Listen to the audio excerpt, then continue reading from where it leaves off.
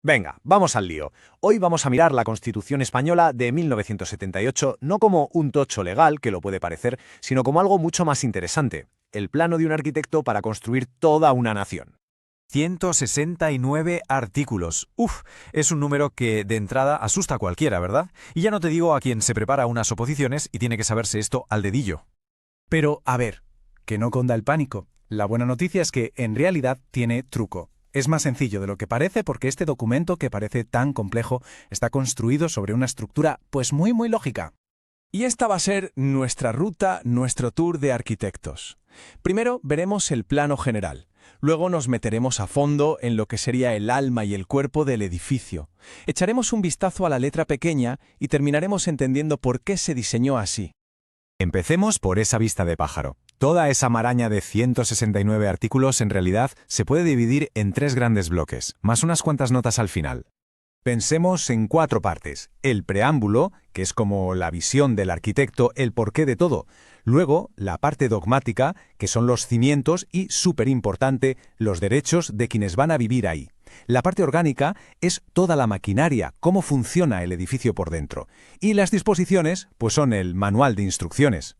Vale, pues vamos con esa primera gran parte. La base filosófica, lo que podríamos llamar el alma de todo el sistema. Antes de empezar con los artículos, tenemos el preámbulo. Ojo, esto no es una ley en sí, no puedes ir a un tribunal con el preámbulo en la mano. Es más bien una declaración de intenciones, lo que el arquitecto tenía en mente.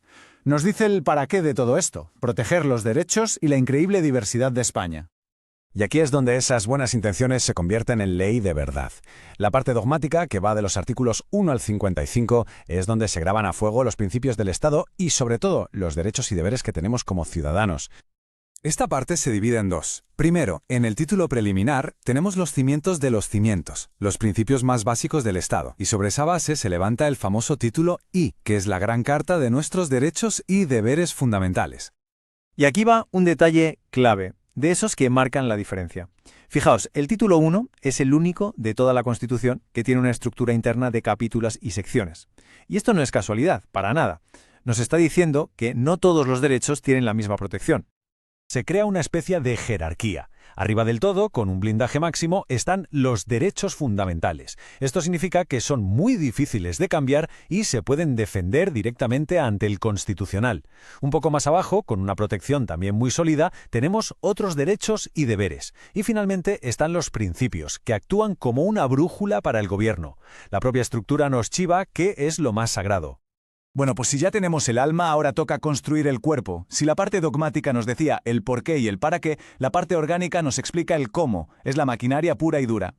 La parte orgánica es de hecho la más larga de la Constitución. Va del artículo 56 al 169 y es, para que nos entendamos, el sistema operativo del Estado. Aquí se regula cómo se organizan las instituciones, qué pueden hacer y, muy importante, cómo se relacionan entre ellas.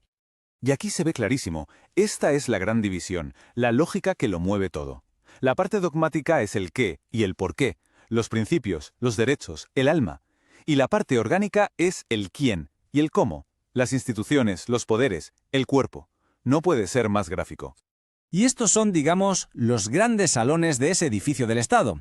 Cada título define una pieza clave: la corona, las Cortes Generales que hacen las leyes, el gobierno que las ejecuta, el poder judicial que vigila, hasta la economía, la organización territorial y, ojo, las reglas para reformar el propio plano en un futuro. Y fijaos en este dato que es súper revelador. La parte orgánica tiene 114 artículos, más del doble que la dogmática.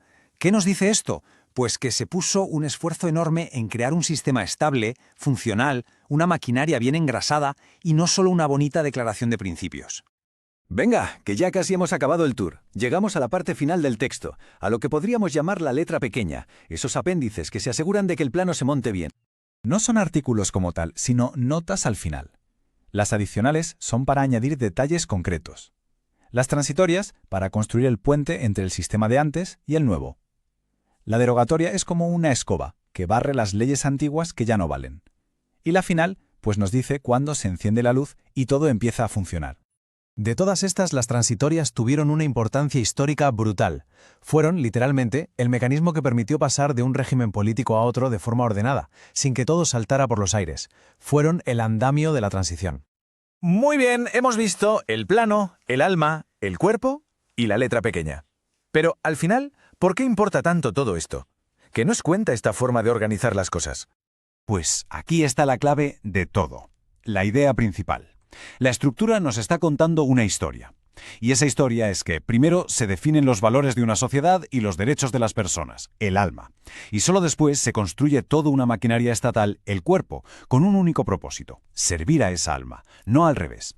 Y eso es una declaración de principios potentísima. Lo que nos deja con una pregunta final flotando en el aire.